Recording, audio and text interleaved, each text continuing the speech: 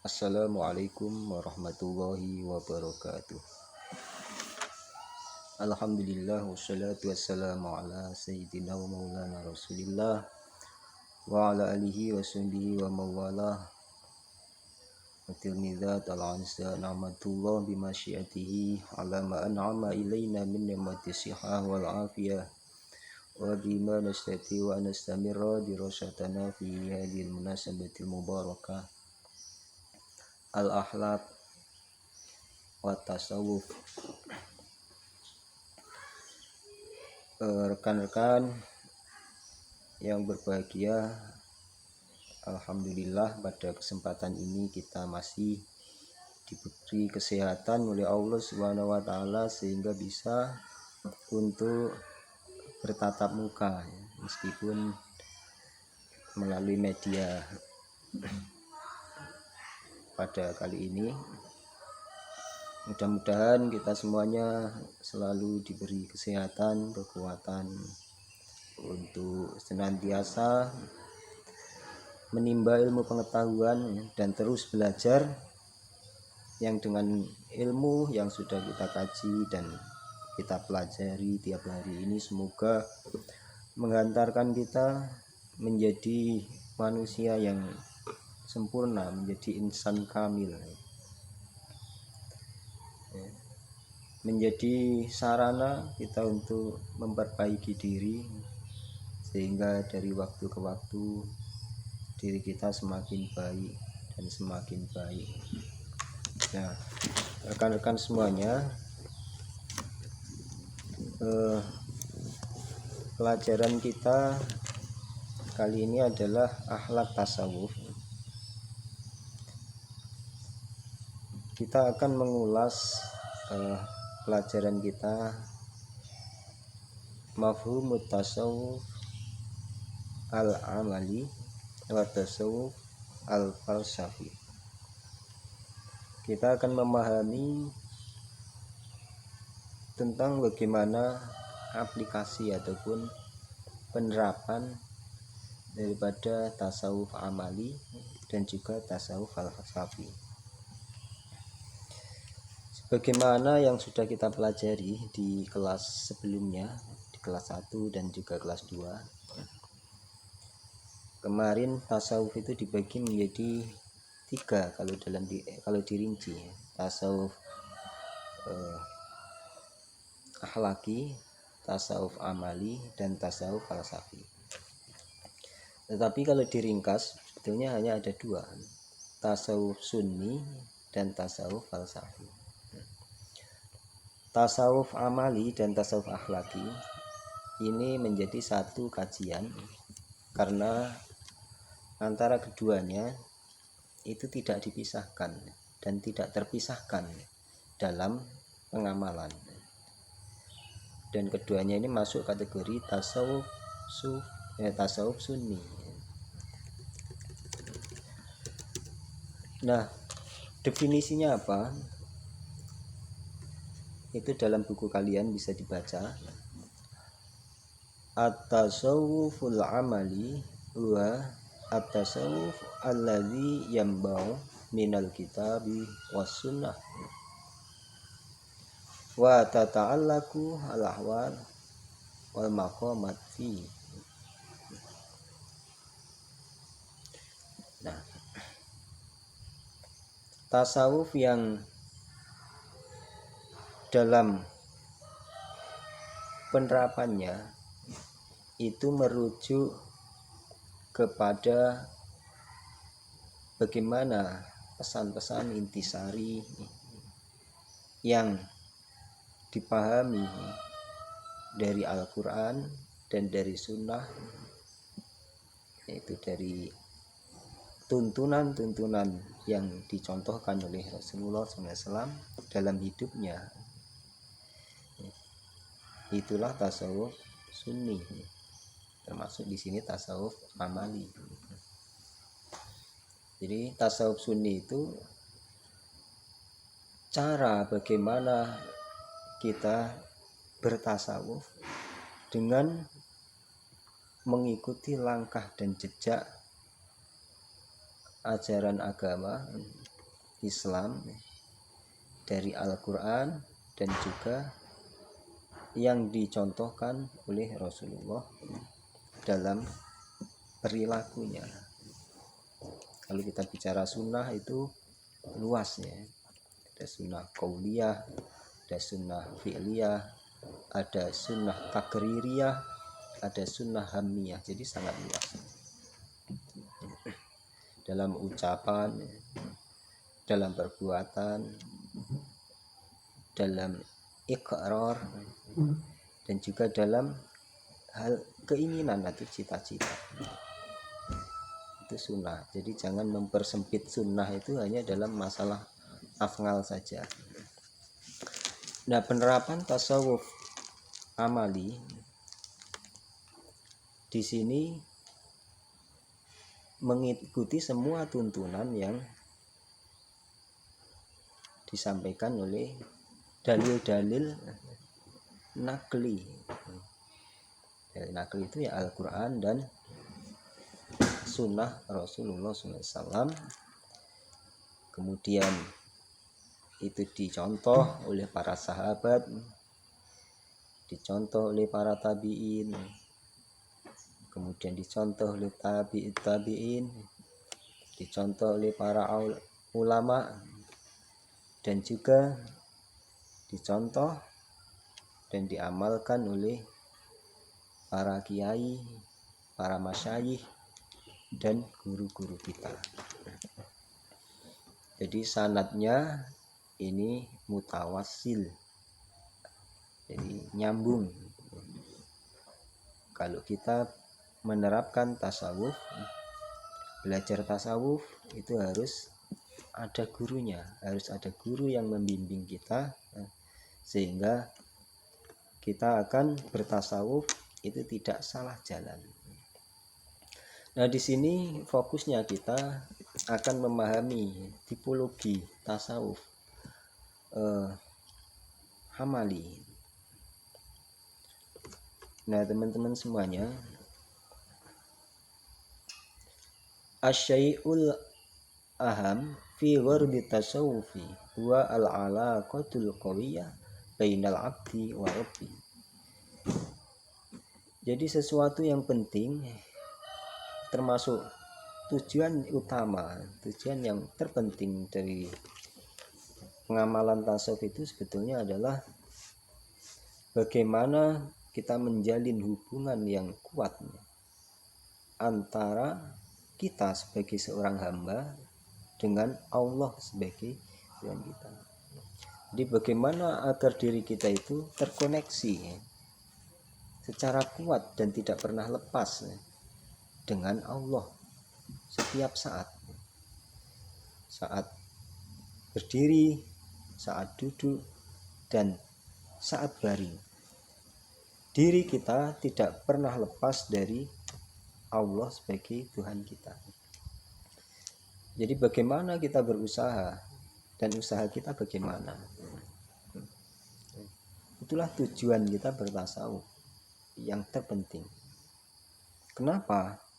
Sebab kalau koneksi kita dengan Allah itu sampai lepas sesaat saja, maka menjadi alamat diri kita akan kehilangan kontrol, kehilangan kendali, dan kita akan berbuat dengan disetir oleh bukan Allah.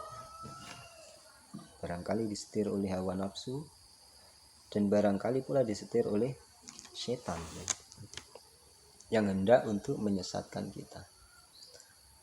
Oleh karena itu, belajar tasawuf bagi kita ini termasuk wajib, fardu ain. Makanya kita harus sungguh-sungguh dalam belajar ilmu tasawuf ini. Nah, kalian juga harus betul-betul belajar tasawuf ini dengan sungguh-sungguh. Jangan sekedar formalitas, karena ini termasuk ilmu yang wajib yang akan menentukan arah dan langkah kita ke depan, yang akan menentukan bagaimana kita akan meniti jalan yang benar, yang akan menghantarkan kita pada keselamatan, baik selamat di dunia, lebih-lebih selamat di akhirat. Jadi terkait dengan hubungan yang kuat antara seorang hamba dengan Tuhan, antara kita dengan Allah. Jadi kalau kita terhubung, selalu terkoneksi dengan Allah itu, kita selalu merasa hadir di hadapannya. Dan kita selalu merasakan kehadiran Allah itu di dalam diri kita. Kita selalu merasa bahwa langkah dan gerak kita itu selalu mengalir energi, kekuatan itu dari Allah. Dan kita selalu merasa dan sadar bahwa petunjuk Allah itu ada di dalam diri kita, sehingga kita mengikutinya dalam setiap langkah dan gerak kita.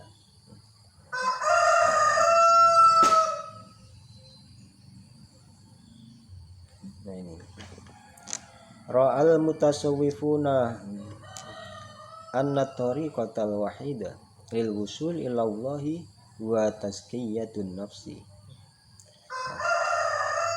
Nah, para ahli tasawuf itu memandang bahwasanya satu-satunya thariqah ataupun jalan untuk wusul kepada Allah, agar hati dan jiwa kita itu selalu terkoneksi dengan Allah, satu-satunya cara adalah tazkiyatun nafsi, dengan cara mensucikan hati. Kenapa? Karena li'anna nafsal basyariyah haqiqat mi'yarun haqiqiyyun li dzatillahi subhanahu wa ta'ala. Karena hati manusia disitulah yang merupakan media dan tempat yang hakiki bagi seorang hamba itu untuk bisa berkoneksi dengan Allah. Jadi satu-satunya alat yang ada di dalam diri kita yang bisa kita gunakan untuk berkoneksi dengan Allah, Tuhan kita, itu adalah hati. Makanya jangan sampai hati kita itu tertutup. Bagaimana di dalam hadis itu, inna li bani adam syubran, sesungguhnya Bani Adam atau anak Adam itu memiliki dada. Dada itu yang paling luar. Fihi qalbun, di dalam dada itu ada hati. Fihi fuadun, di dalamnya ada fuad. Fihi sakwun, di dalamnya ada sakwun. Fihi sirun, di dalamnya ada sir. Fihi ana, di dalamnya ada aku. Ini hadis, yang dimaksud aku itu ada Allah. Jadi ada cahaya Allah yang ada di dalam lapis hati kita yang paling dalam. Nah, cahaya Allah inilah yang akan membimbing kita, membimbing semua perilaku kita. Oleh karena itu, jangan sampai cahaya yang memancar dari hati kita yang paling dalam itu tertutup. Jadi hati itu berlapis-lapis, bagaimana saya jelaskan dalam hadis tadi. Ketika dinding-dindingnya itu tertutup oleh noda, oleh kotoran, maka cahaya petunjuk Allah itu tidak akan bisa memancar keluar. Ketika cahaya petunjuk Allah itu tertutup dan tidak bisa memancar, maka tidak bisa membimbing diri kita. Sehingga apa? Sehingga diri kita diambil alih, dibimbing oleh setan, oleh nafsu. Tidak dibimbing oleh petunjuk Allah. Nah, ketika hati kita itu bersih seperti halnya kaca, maka cahaya itu akan bisa menembus keluar.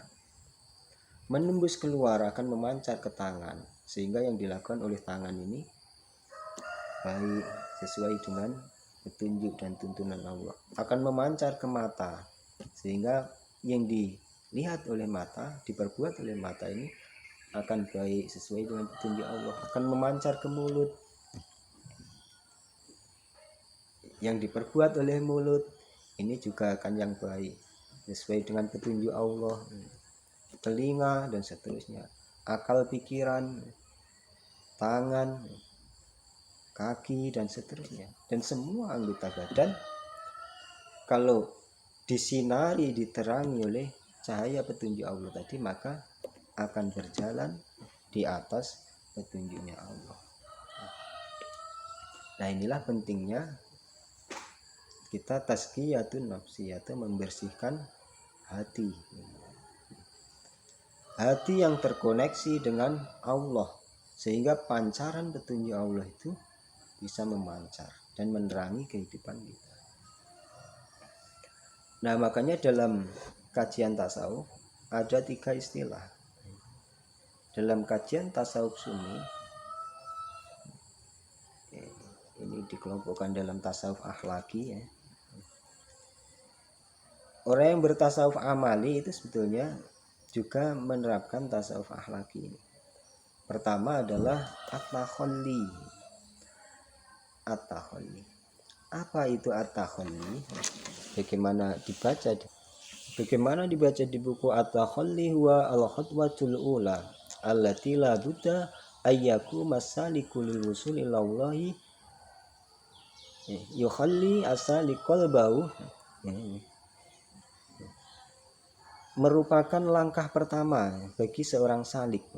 Langkah pertama bagi seorang salik. Salik itu adalah orang yang berjalan menuju Allah, orang yang berusaha untuk terkoneksi hatinya dengan Allah. Pertama adalah at-takhalli. Jadi jalan pertama itu harus mengosongkan hatinya. Jadi maksudnya mengosongkan itu apa? Maksudnya membersihkan, menanggalkan dari kotoran-kotoran hati. Apa yang termasuk kotoran hati? Penyakit-penyakit hati itu banyak. Jadi semua penyakit hati, semua kotoran hati itu harus dibersihkan. Dan nanti ada sesinya tersendiri yang termasuk kategori kotoran hati, penyakit hati itu apa saja.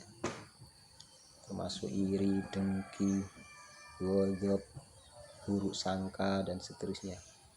Itu semua ditanggalkan, dilepaskan dari hati kita, sehingga hati kita nggak ada itu penyakit, nggak ada iri, nggak ada dengki, nggak ada buruk sangka.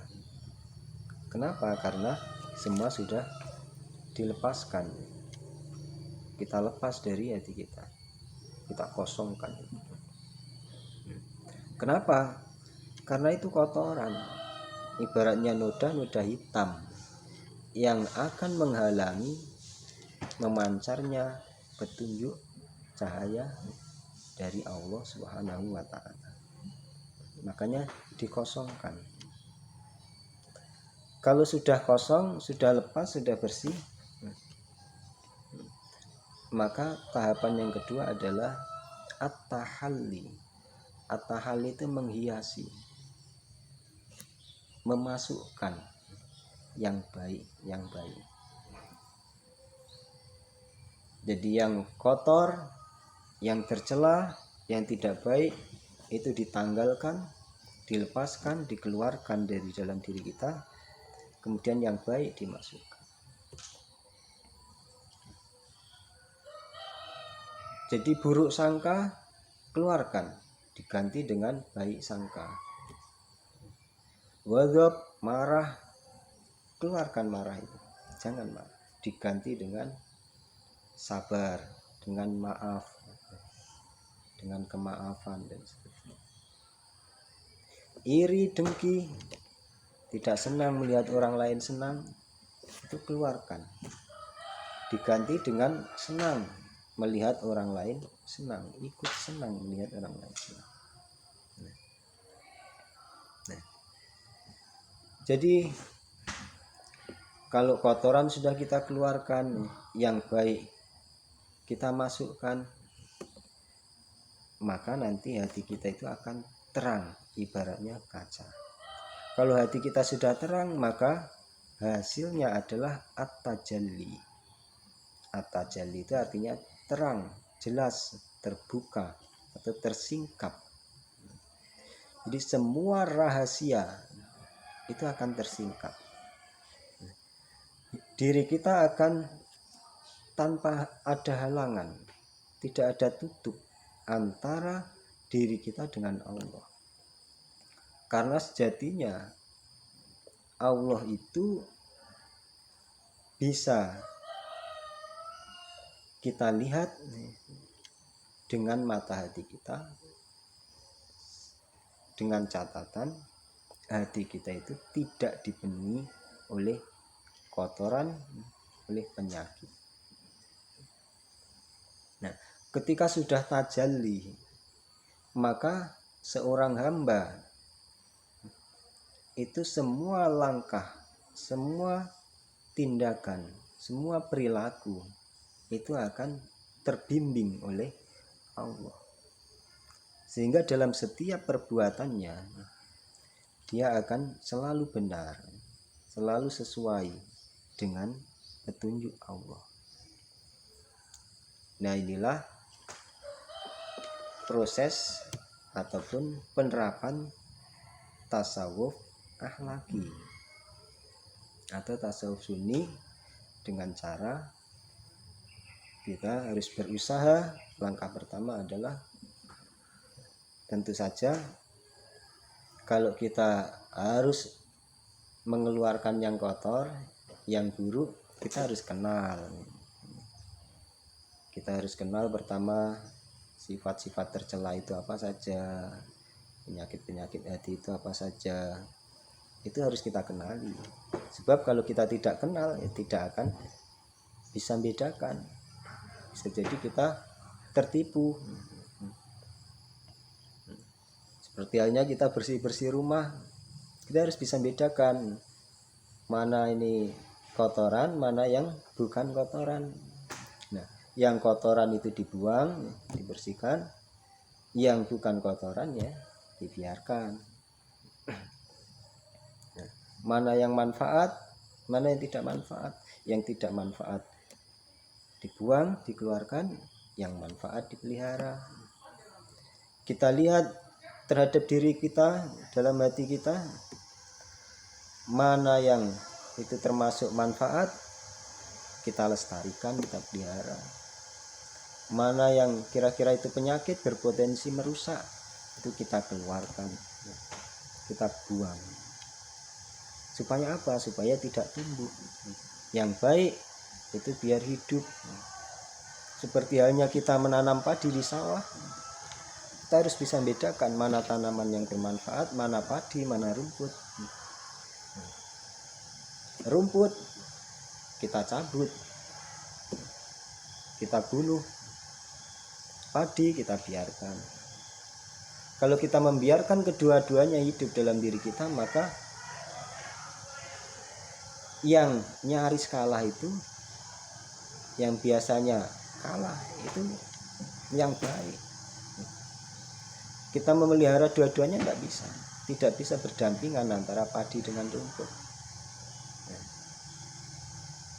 Kita ingin jadi orang baik, tapi kita memelihara sifat tercela dalam diri kita, maka kebaikan itu nggak akan bisa hidup. Karena kebaikan itu harus dipelihara, harus dipupuk, tidak bisa berdampingan dengan yang baik. Maka yang tidak baik itu harus kita bersihkan. Nah, inilah kalau kita ingin melatih diri kita supaya hati kita bersih, supaya perilaku kita selalu baik. Nah, kita mulai dengan mengeluarkan yang buruk, memasukkan yang baik. Nah, kemudian setelah 3 proses tadi kita tempuh, maka selanjutnya hati kita akan ada yang namanya al-ahwal. Al-ahwal itu adalah keadaan-keadaan yang otomatis akan ada di dalam diri kita. Misalnya nanti ada ahwal al-khauf war-raja, ada lagi